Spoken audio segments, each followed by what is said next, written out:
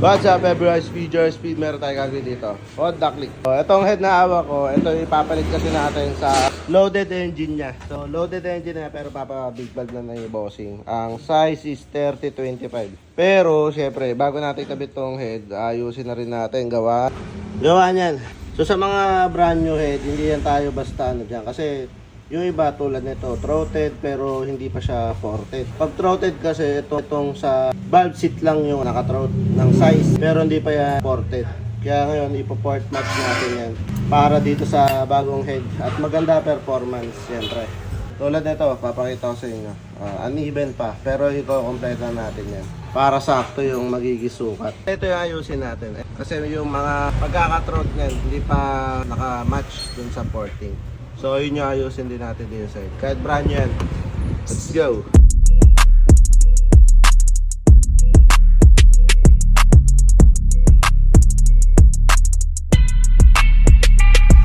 So bale, ito na yung part and polish natin. Ayan o. Kung mapapansin nyo, rough finish siya taas tapos nakapolish yung ilalim.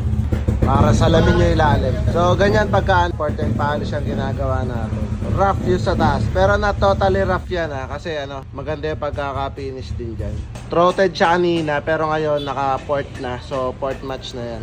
Kung mapapansin nyo iba kulay kasi polish type yung exhaust tayo. Para hindi dumikit dyan. Tsaka maganda yung flow bench.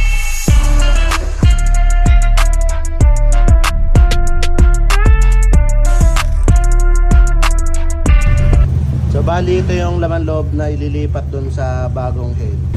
Sa inyong makina, ubutin mo natin bloke para makita yung loob kung goods pa. So leak test.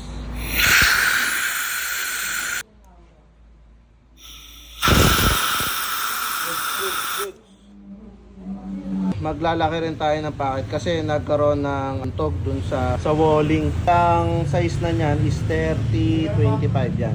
So sasakto na lang din natin, taas baba. So packet lang gagawin natin dito. Tapos sa wall tayo magbabawas. Kasi tama lang yung compression. Ilan yung compression ko, Jomar?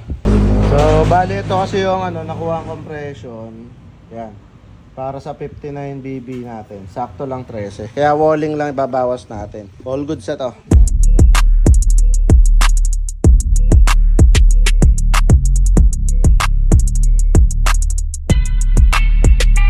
So bale ito na yung nabawasan natin. Ayan. Sakto. Since ang exhaust kasi niya is 25, sinakto na natin niya 25.22. So meron tayo allowance.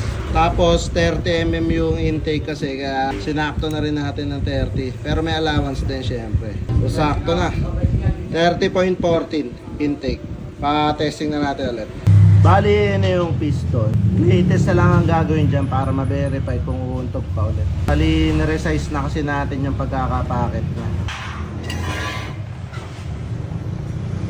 So, bali, ito na yung play test natin. Patigilid sa ilalim. Good. Game. Buuin na natin to. Since na okay na yung compression na nakuha dito, okay na rin sa lay. Tapos na rin naman na yung head. All good sa to. Buuin na lang natin. Let's go. Okay, first start. Diba? All good. Swag click. Tahimik naman.